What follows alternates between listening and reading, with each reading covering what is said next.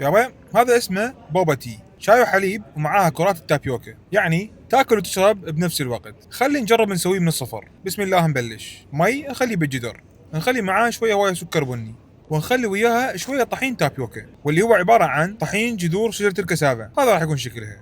في البدايه نخلطهم على البارد ونطبخهم الى القوام مالتهم يصير ثخين بهذا الشكل. بعدين راح نخلي طحين تابيوكا ونصب الخليط مالتنا بالنص، وراح نبدي نعجن بهالطريقه هذه الى ان يصير عندنا عجينه متماسكه.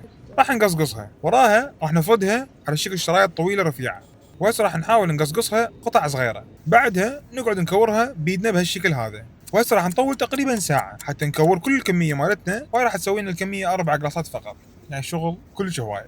كرات البوبا مالتنا صارت جاهزه، راح نشيلهم ونخليهم بمي يغلي لمده تقريبا 20 دقيقه. صراحه تبهدلنا من طحين التابيوكا. ونصفيهم من المي وراح نخليهم مباشره بالثلج. نوقف عمليه الطبخ. شكلهم صراحه صار يخبل، يستاهل التعب. للصوص مالتنا راح نخلي شويه مي وطنين سكر، لازم سكر بني. نطبخهم الى ان الصوص مالتنا يصير ثخين شويه. وراها راح نخلي بيه كرات البوبا مالتنا. واخيرا خلصنا البوبا مالتنا.